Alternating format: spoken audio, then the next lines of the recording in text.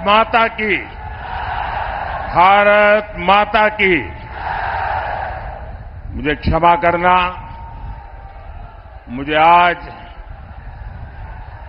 आसाम तक पहुंचना है, 5 रैलियां करनी है और इसलिए मैं सारे प्रोटोकॉल छोड़ करके यहां पहुंच गया।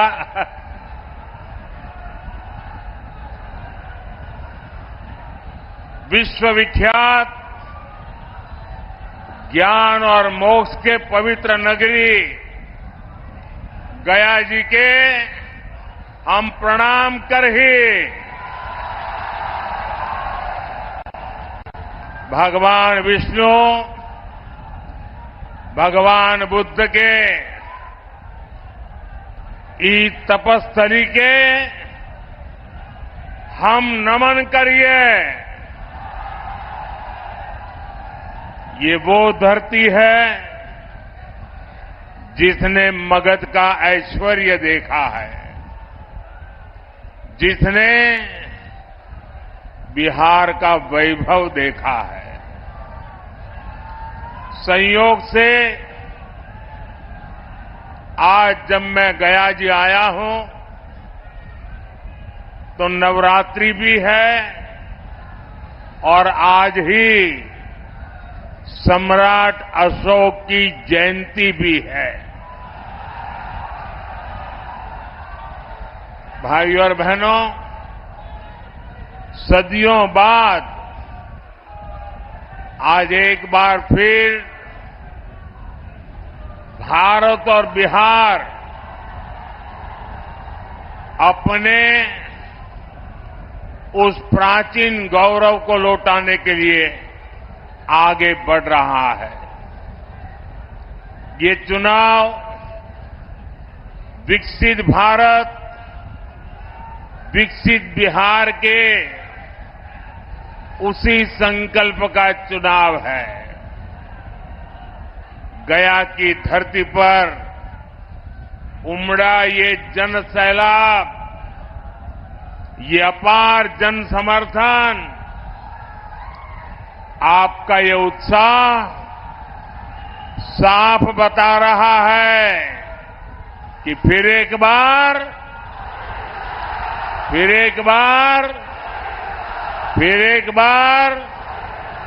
4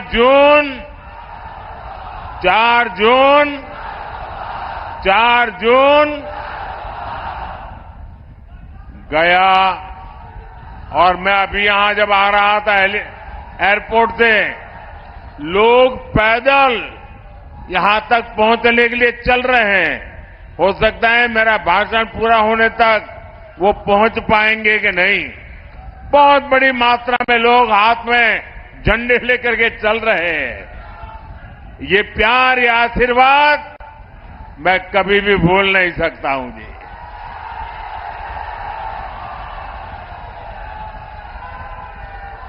गया और औरंगाबाद ने आज घोषणा कर दी है। कल मैं तमिलनाडु में था, जो बात मैं तमिलनाडु में सुन रहा था, परसों मैं कर्नाटका में था, जो बात मैं कर्नाटका में सुन रहा था, वो आज मैं गया और औरंगाबाद में सुन रहा हूं। फिर एक बार साथियों, अभी 2 दिन पहले बीजेपी ने अपना संकल्प पत्र जारी किया है। ऐसा पहली बार है जब किसी पार्टी के संकल्प पत्र को गारंटी कार्ड बोला जा रहा है, क्योंकि 10 वर्षों में सबने देखा है मोदी की गारंटी यानी गारंटी पूरी होने की गारंटी। साथियों, मोदी गरीब घर से निकलकर आप सबके आशीर्वाद से यहां तक पहुंचा है। ये आपका उत्साह, ये आपका उमंग, ये प्यार मेरे सर आंखों पर।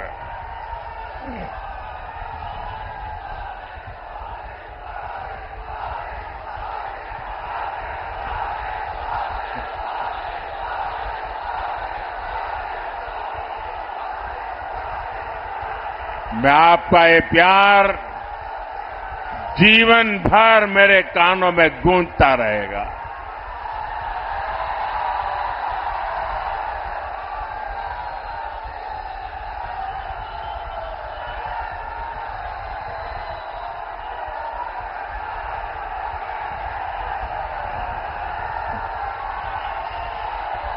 अगर आप इजाजत दें तो आगे बोलना शुरू करूं।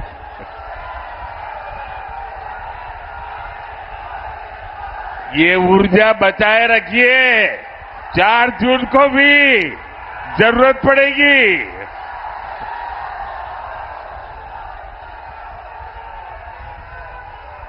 साथियों, आपके आशीर्वाद से आपने मुझे सेवा करने का अवसर दिया। मोदी को देश के संविधान ने ये पद दिया है।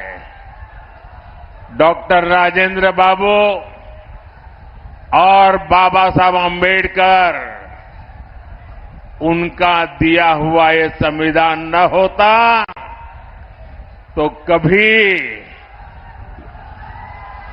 ऐसे पिछड़े परिवार में पैदा हुआ गरीब का बेटा देश का प्रधानमंत्री नहीं बन सकता था।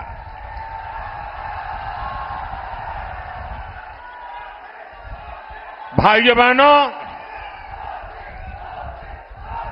हमारा देश विविधताओं से भरा हुआ है। अनेक आप बैठिए भाई, प्लीज। आप जरा ज्यादा कर रहे हैं, बैठिए।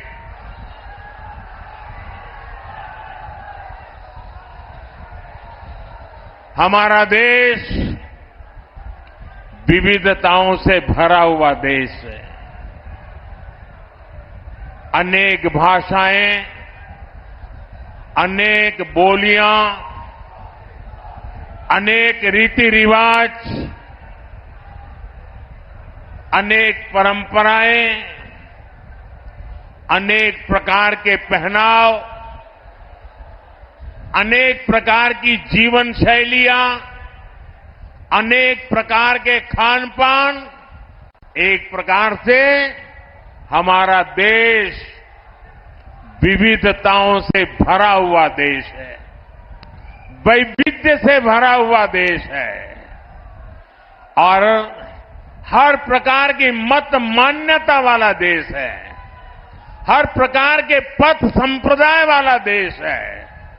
ऐसे में देश के उज्जवल भविष्य को चलाने के लिए नियमों के अंतर्गत आगे बढ़ाने के लिए हमारे पास एक ही पवित्र व्यवस्था, हमारा संविधान है। हमारा संविधान हम सबके लिए एक पवित्र है। संविधान निर्माताओं का सपना था कि भारत समृद्ध बने, लेकिन दशकों तक देश पर राज करने वाली कांग्रेस ने मौका गंवा दिया, देश का समय गंवा दिया। 25 करोड़ देशवासियों को गरीबी से बाहर निकाला है आपके सेवक ने, मोदी ने। दशकों तक गरीबों को रोटी, मकान के सपने दिखाए कांग्रेस और उसके साथियों ने 4 करोड़ गरीबों को पक्के मकान दिए एनडीए सरकार ने। हमारे साथी जीतन राम मांझी जी भी यहां बैठे हैं। वो साक्षी हैं कि कैसे दलित, वंचित, पिछड़ा के नाम पर कांग्रेस और आरजेडी ने सिर्फ अपना राजनीतिक स्वार्थ साधा। दलितों, वंचितों, पिछड़ों को अधिकार और सम्मानपूर्ण जीवन एनडीए ने दिया है। साथियों, अब अगले 5 वर्षों के लिए मोदी का गारंटी कार्ड अपडेट हो गया है। गरीबों के लिए 3 करोड़ पक्के घर बनाए जाएंगे। ये मोदी की गारंटी है। गरीबों को अगले 5 साल तक मुफ्त राशन मिलेगा। ये मोदी की गारंटी है। 70 वर्ष की आयु से ऊपर के हर बुजुर्ग को 5 लाख रुपए तक का मुफ्त इलाज मिलेगा। ये मोदी की गारंटी है। किसान सम्मान निधि आगे भी जारी रहेगी। ये मोदी की गारंटी है। बीजेपी के संकल्प पत्र में समाज के हर वर्ग, हर क्षेत्र के लिए विकास का ठोस रोड मैप बनाया गया है। यहां डोभी क्षेत्र की तस्वीर भी औद्योगिक कॉरिडोर से बदलने वाली है। इससे यहां के युवाओं को रोजगार के लिए बाहर नहीं जाना पड़ेगा। साथियों, बीते 10 साल में देश में एक ऐसी क्रांति आई है जिसकी उतनी चर्चा नहीं होती। ये क्रांति देश के महिला स्वयं सहायता समूह द्वारा की गई है।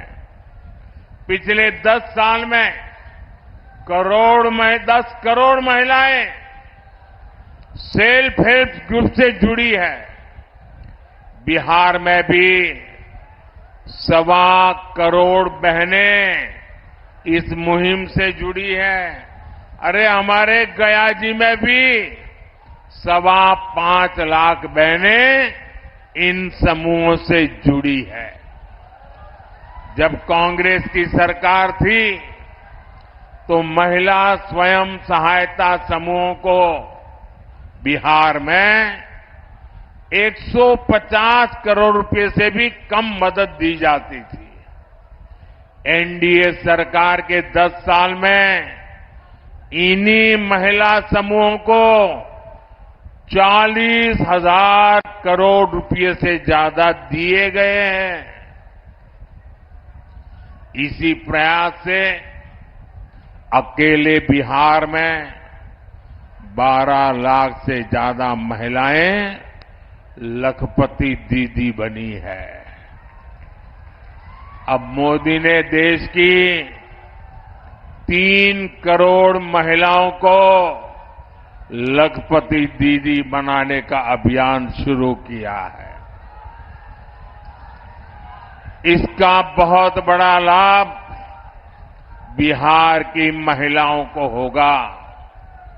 साथियों, हमारे एजेंडे में विकास भी है और विरासत भी है। यहां नॉर्थ कोयल प्रोजेक्ट कितने लंबे अरसे से लटका हुआ था, ये आप भी जानते हैं। ये एनडीए सरकार है जो इसे पटरी पर लाई है। इस प्रोजेक्ट के पूरा होने से गया और औरंगाबाद के किसानों को सिंचाई की बहुत बड़ी सुविधा मिलेगी। हमारी ही सरकार में प्रसाद योजना के तहत देश के 12 प्राचीन ऐतिहासिक धरोहरों में गया जी को भी शामिल किया गया है।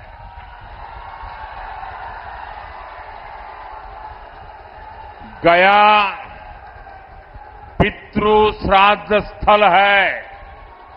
यहां भगवान बुद्ध को बुद्धत्व की प्राप्ति हुई थी। वैसे कम लोगों को पता है कि गुजरात में भी पाटन जिले में सिद्धपुर को मातृ श्राद्ध स्थल माना जाता है। इसे मातृ गया भी कहते हैं। जैसे यहां पितृ गया है, गुजरात के सिद्धपुर में मातृ गया है। हमारी सरकार इन सभी स्थलों के विकास के लिए प्रतिबद्ध है। अभी बीजेपी ने अपने संकल्प पत्र में भी कहा है कि वो भारत की विरासत को वर्ल्ड हेरिटेज मैप पर लेकर जाएगी। हमारे गया जी को भी हम उस ऊंचाई पर ले जाना चाहते हैं और इससे बड़ी संख्या में ग्लोबल टूरिस्ट भारत आएंगे और इसका लाभ इन सभी क्षेत्रों को होगा। साथियों, आकांक्षी जिला कार्यक्रम के तहत गया का तेजी से विकास सुनिश्चित किया गया है। अमृत स्टेशन योजना के तहत गया स्टेशन का कायाकल्प किया जा रहा है। विकास का ये स्केल, विकास की ये रफ्तार, इतने सारे काम हुए, आपके उत्साह में भी नजर आ रहा है कि मोदी सरकार ने कितने काम किए हैं। लेकिन साथियों, मैं जो संकल्प लेकर के चला हूं, मैं जो सपने देखता हूं और दुनिया में भारत का जो स्थान मेरे मन में है, उस हिसाब से तो इतना सारा करने के बाद भी मैं तो यही कहता हूं, ये तो ट्रेलर है, ट्रेलर।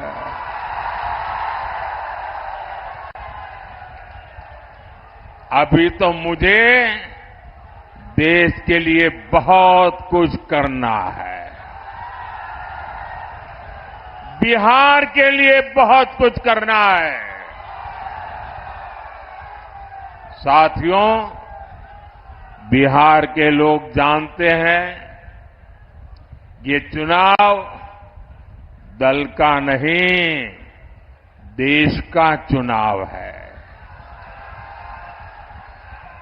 आज एक और देश की संस्कृति पर गर्व करने वाले हम लोग हैं, तो दूसरी ओर हमारी आस्था को नीचा दिखाने वाले लोग हैं।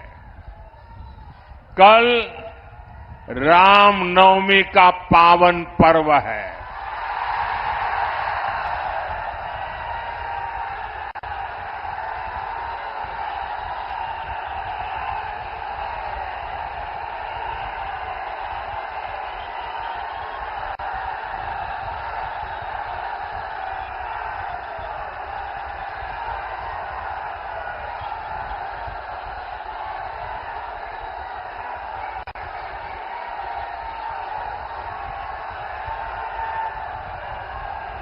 बोलो सियावर रामचंद्र की।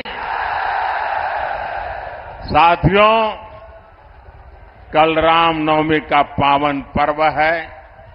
सूर्य की किरणें कल अयोध्या में रामलला के मस्तक का विशेष अभिषेक करेंगी। लेकिन गठबंधन गठबंधन के लोगों को राम मंदिर से भी परेशानी है। जो लोग कभी भगवान राम के अस्तित्व पर सवाल उठाते थे, वो आज राम मंदिर पर कैसी कैसी भाषा बोल रहे हैं। एक समुदाय के तुष्टीकरण के लिए इन लोगों ने प्राण प्रतिष्ठा कार्यक्रम का निमंत्रण ठुकरा दिया।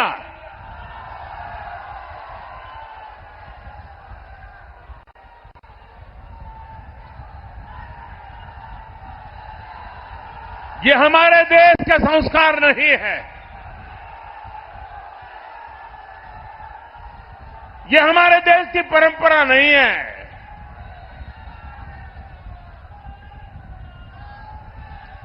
इस गठबंधन गठबंधन के एक नेता कांग्रेस के विरोध तो खुलेआम कहते हैं कि वो हिंदू धर्म की शक्ति का विनाश कर देंगे। आज नवरात्रि का पावन पर्व है। हम शक्ति के उपासक हैं। क्या इस शक्ति का विनाश कोई कर सकता है क्या? ये शक्ति का विनाश कोई कर सकता है क्या? और जो शक्ति का विनाश करने निकले हैं, उनका क्या होगा? उनका क्या होगा?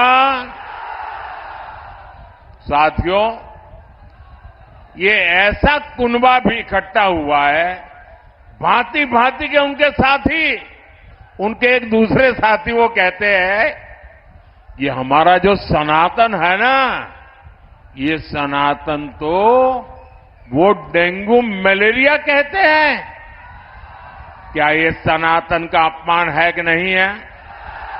आपको मानना न मानना आपकी मर्जी, आप पर कोई प्रतिबंध नहीं है। लेकिन उसको डेंगू मलेरिया कहना, ये सनातन का अपमान है कि नहीं है? हमारे ऋषियों मुनियों का अपमान है कि नहीं है? हमारे पूर्वजों का अपमान है कि नहीं है? आप मुझे बताइए, ये लोग क्या एक भी सीट जीतने के योग्य है क्या? इनको सजा मिलनी चाहिए कि नहीं मिलनी चाहिए? पूरे बिहार में से एक एक को साफ करना चाहिए कि नहीं करना चाहिए? साथियों, गठबंधन अलायंस के पास न कोई विजन है, न कोई विश्वास है। ये लोग जब वोट मांगने जाते हैं तो भी नीतीश जी के कामों पर वोट मांगते हैं। ये लोग क्यों नीतीश जी के कामों का, केंद्र सरकार के कामों का क्रेडिट खाते हैं? वो पूरा बिहार जानता है। आरजेडी ने भी इतने वर्षों तक बिहार पर राज किया है, लेकिन इनकी हिम्मत नहीं है कि अपनी सरकारों ने क्या काम किए उसकी चर्चा कर ले। बिहार में जंगल राज का सबसे बड़ा चेहरा आरजेडी है। भ्रष्टाचार में बिहार में भ्रष्टाचार का दूसरा नाम आरजेडी। बिहार की बर्बादी की सबसे बड़ी गुनहगार चारा घोटाले के नाम पर वोट मांगने वाले, क्योंकि उस पर तो अदालत से चारा चोरी की है, गरीबों को लूटा है, अदालत ने मोहर लगा दी है भाई। साथियों, आरजेडी ने बिहार को केवल दो ही चीजें दी है। एक जंगल राज, दूसरा भ्रष्टाचार। इन्हीं का दौर था जब बिहार में अपहरण और फिरौती एक उद्योग बन गया था। हमारी बहन बेटियां घर से बाहर नहीं निकल पाती थी। हमारे गया जैसे इलाके नक्सली हिंसा की आग में जलते रहते थे। जो जगह भगवान बुद्ध के नाम से जुड़ी हो, वहां नक्सली गोलियां चलती हो, ये हालत करके छोड़ दिया था। आरजेडी ने बिहार के कितने ही परिवारों को बिहार छोड़कर जाने पर मजबूर कर दिया था। साथियों, आज लूट का वही खेल ये लोग देश के साथ खेलना चाहते हैं। ये भ्रष्टाचार पर कार्रवाई करता हूं तो ये लोग मोदी के खिलाफ लामबंदी करते हैं। मैं कहता हूं भ्रष्टाचार हटाओ तो ये कहते हैं भ्रष्टाचारी बचाओ। इन्हें लगता है कि बिहार के लोग, बिहार के युवा इनकी बातों में आ जाएंगे। स्मार्टफोन के जमाने में बिहार के युवा, हमारे स्मार्ट युवा कभी जंगल राज वालों के साथ नहीं जाएंगे।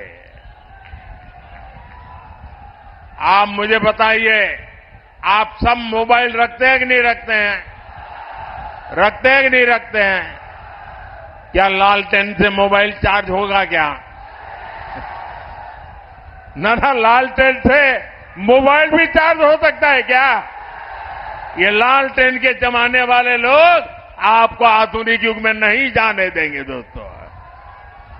ये आरजेडी का राज होता तो आपके मोबाइल की बैटरी भी चार्ज नहीं हो पाती। साथियों, पूरी दुनिया में इस समय अस्थिरता है। देश को आज एक मजबूत और बड़े फैसले लेने वाली सरकार की जरूरत है और इसके लिए एनडीए की गया लोकसभा सीट से हमारे वरिष्ठ नेता जीतन राम मांझी जी और औरंगाबाद से मेरे साथी सुशील कुमार सिंह जी को विजयी जरूर कर बनाएंगे। जीतन राम मांझी जी बिहार में दलित समाज का चेहरा है। सुशील जी बीजेपी के मेरे वरिष्ठ साथी हैं, संसद में मेरे वरिष्ठ साथी हैं। साथियों, जो उत्साह आज मैं यहां देख रहा हूं, आपको 19 अप्रैल को इतने ही प्रचंड उत्साह से मतदान करना है और बहुमत से इनको विजयी बनाना है। भाइयों बहनों, मेरे भाषण की शुरुआत में मैंने संविधान का जिक्र किया था। जो लोग संविधान को राजनीतिक हथियार के नाते उपयोग करना चाहते हैं, वे जरा कान खोल करके सुन लें।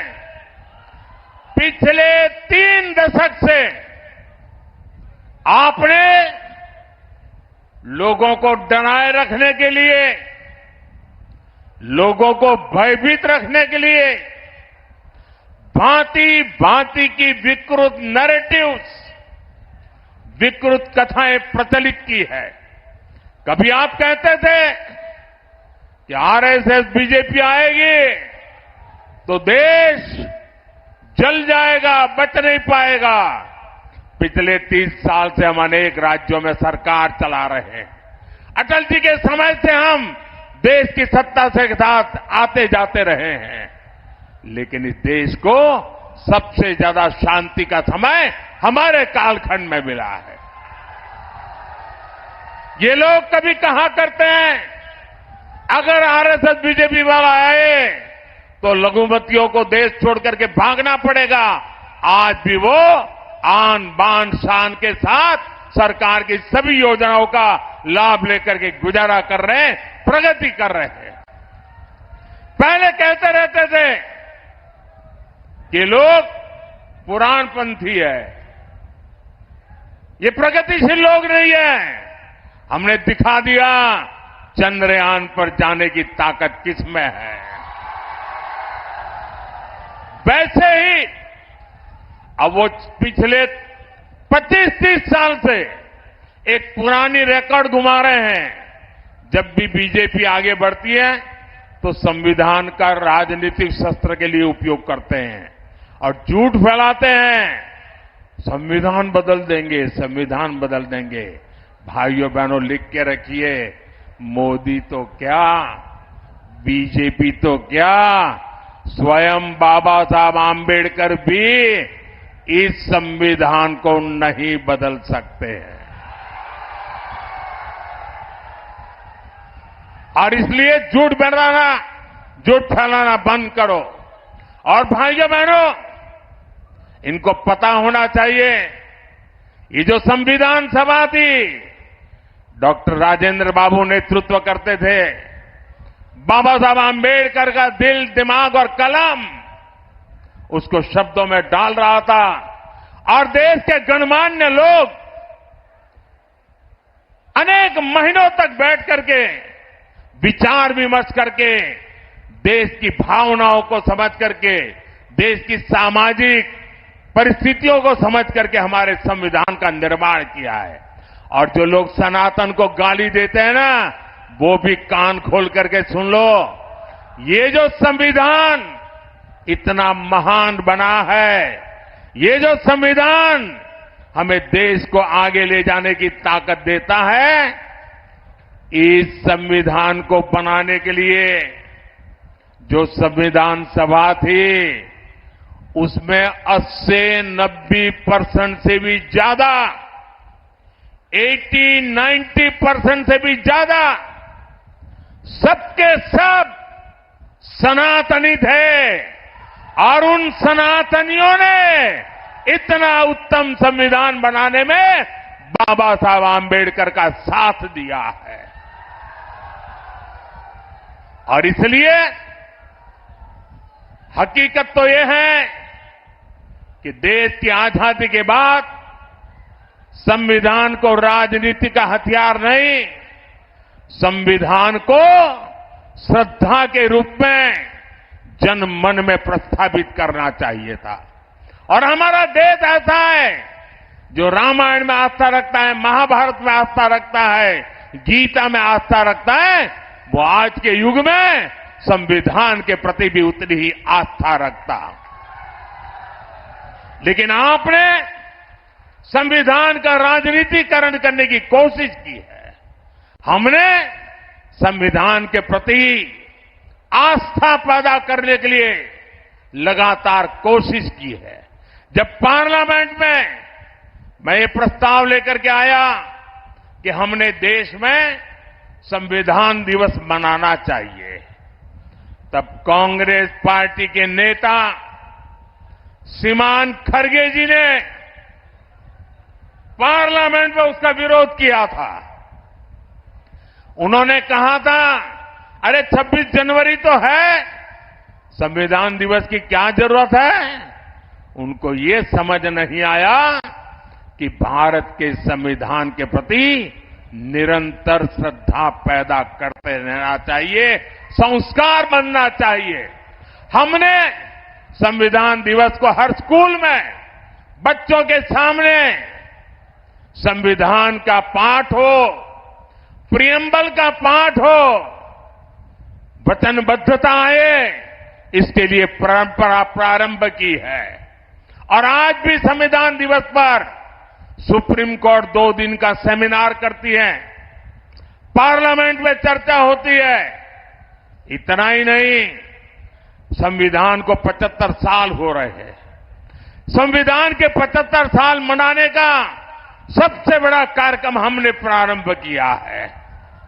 इतना ही नहीं, हम चाहते हैं कि संविधान सिर्फ अदालतों में दलील के लिए काम आए इतना पूरता नहीं है। संविधान हमारे जीवन को, हमारे संस्कारों को, हमारी भावनाओं को नई ताकत देने वाला संविधान वो ताकत है जिसको हमें दिलों तक पहुंचाना है। आपके लिए संविधान राजनीति का हथकंडा होगा, हमारे लिए संविधान श्रद्धा का केंद्र है, हमारे लिए संविधान आस्था का केंद्र है, हमारे लिए संविधान आने वाले 2047 के सपनों को पूरा करने का हमारा मार्गदर्शक है। और उसको लेकर के हम स्वतः आजाद भारत को विकसित भारत की ऊंचाई तक ले जाने का संकल्प लेकर के चल रहे हैं। और इसलिए भाइयों बहनों, भारत के संविधान को इस प्रकार से गली मोहल्ले में ठोकरें मारने वालों लोगों को भारत के सार्वजनिक जीवन में कोई जगह नहीं है। अगर सामाजिक न्याय लाने की ताकत है तो हमारे संविधान में है। बिन सांप्रदाय की सच्ची भावना को उजागर करने की ताकत है तो हमारे संविधान में है। और हम बड़ी श्रद्धा के साथ, इतना ही नहीं, बाबा साहब आंबेडकर को जो सम्मान हमने दिया है, आपको बोलने का अधिकार तक नहीं है। बाबा साहब आंबेडकर के जन्म से लेकर के जिन 5 महत्वपूर्ण स्थान पर बाबा साहब जी के जीवन का टर्निंग पॉइंट रहा है, उसको पंच तीर्थ बनाने का काम हमने किया है। और इसलिए भाइयों बहनों, इन लोगों को जान के समझ करके ये झूठी बातें बताने वालों को हमेशा हमेशा के लिए चुप करना बहुत जरूरी है। और इस बार आपका वोट हमेशा के लिए उनको चुप कर देगा, ये मैं आपको विश्वास दिलाता हूं।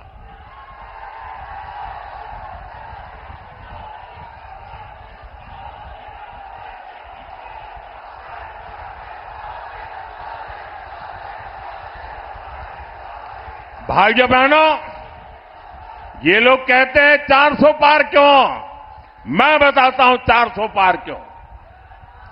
देश की जनता ने तय किया है 400 पार, क्योंकि देश की जनता 2047 में हिंदुस्तान को विकसित देना चाहती है। लेकिन साथ साथ एनडीए को 400 पार दे करके देश को लूटने वालों को, भ्रष्टाचारियों को, संविधान के साथ खिलवाड़ करने वालों को सजा देने के लिए भी वो हमें 400 पार देना चाहते हैं। ये चुनाव एनडीए को जिताने का भी है। ये चुनाव देश में तबाही करने की आदत रखने वालों को सजा देने का है। और इसलिए हिसाब 400 के पार जाने वाला है। भाइयों बहनों, 19 अप्रैल को गर्मी कितनी क्यों न हो, हमें सुबह सुबह मतदान करना है, ज्यादा से ज्यादा मतदान करना है। करोगे? हमें हर मतदाता को मिलना है, मिलोगे? हमें हर पोलिंग बूथ जीतना है, जीतोगे? मेरा एक काम करोगे? ये जीतन राम मांझी का काम नहीं है, मेरा है, करोगे? घर घर जाना और लोगों को कहना कि मोदी जी आए थे और मोदी जी ने अपना प्रणाम भेजा है। मेरा प्रणाम पहुंचा दोगे? मेरा प्रणाम पहुंचा दोगे? बहुत बहुत धन्यवाद।